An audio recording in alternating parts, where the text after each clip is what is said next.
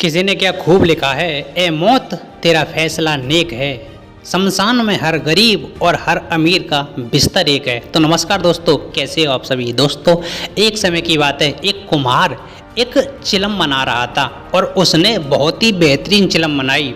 और जब चिलम बन करके तैयार हो जाती है तो थोड़ी देर बाद उस कुम्हार का दिमाग घूम गया और पता नहीं उसके मन में क्या विचार आए कि उसने पूरी चिलम बिगाड़ दी।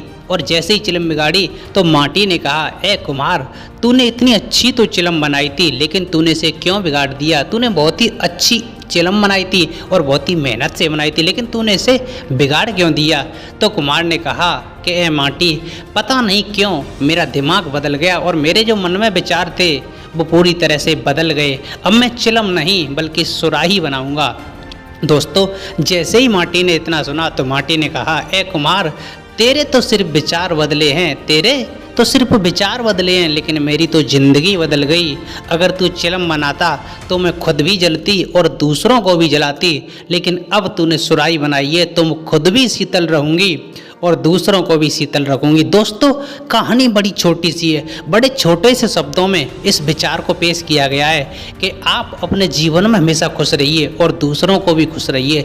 अगर आप दूसरों को तकलीफ़ देने की कोशिश करेंगे तो ध्यान रखिएगा, वो तकलीफ़ पहले आपको ही मिलेगी। अगर वो चिलम बनती तो उसके अंदर भी आग लगी रहती हमेशा और वो दूसरों को जलाती रहती, लेकिन अब वो सुराही बनी है तो उसके अंदर हमेशा ठंडा जल रहेगा, वो शीतल रहेगी और दूसरों के मन को भी शीतल रखेगी। इसीलिए आप अगर दूसरों के मन को भी शीतल रखना चाहते हैं तो पहले आपको भी तो शीतल होना पड़ेगा ना।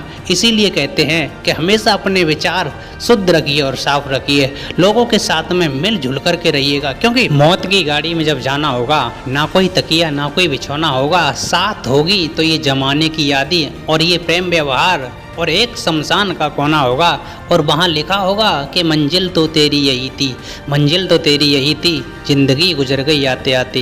क्या मिला तुझे इस दुनिया से, अपनों ने ही जला दिया तुझे जाते जाते, तुझे जाते जाते। दोस्तों, हमेशा खुश रहिए, मस्त रहिए, अपने जीवन में लोगों के साथ में मिलजुल करके रहिएगा, उनके जीवन में खुशियाँ पकेड़ते रहिए, जितना हो सके लोगों की मदद कीजिएगा। भगवान आपको हमेशा खुश रखेंगे। जय हिंद साथियों, अपना ख्याल रखिए, अपने माँ बाप को हमेशा खुश रखिए, उनके जीवन में हमेशा खुशियाँ लाते रहिए। धन्यवाद। जय